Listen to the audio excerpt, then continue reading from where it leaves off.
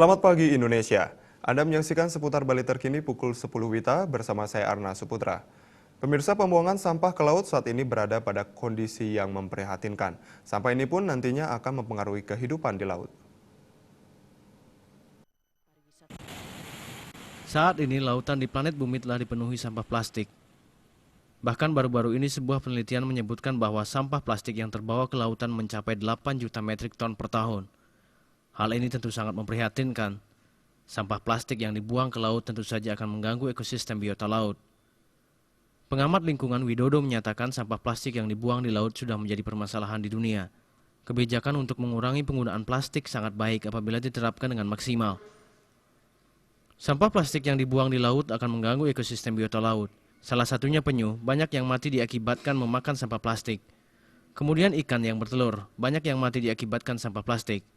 Terapungnya sampah-sampah plastik ini akan menghalangi penetrasi cahaya matahari dan pertukaran udara dari atmosfer. Hal ini akan berpengaruh buruk terhadap kehidupan organisme di laut. Bukan hanya di Bali saja, hampir semana-mana. Seluruh dunia juga menjadi masalah sekarang. Maka memang betul ada upaya untuk mengurangi penggunaan plastik. Saya kira juga merupakan kebijakan yang baik sebab penyu banyak yang mati juga karena makan plastik, karena dikira plastik agar-agar. Akhirnya dia mati juga, ikan juga banyak yang mati. Ikan bertelur di dalam plastik-plastik mati juga.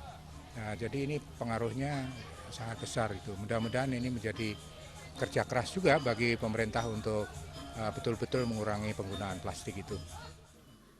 Pelestarian biota laut merupakan tanggung jawab seluruh masyarakat. Jangan sampai masyarakat membuang sampah plastik yang membahayakan biota dan ekosistem laut.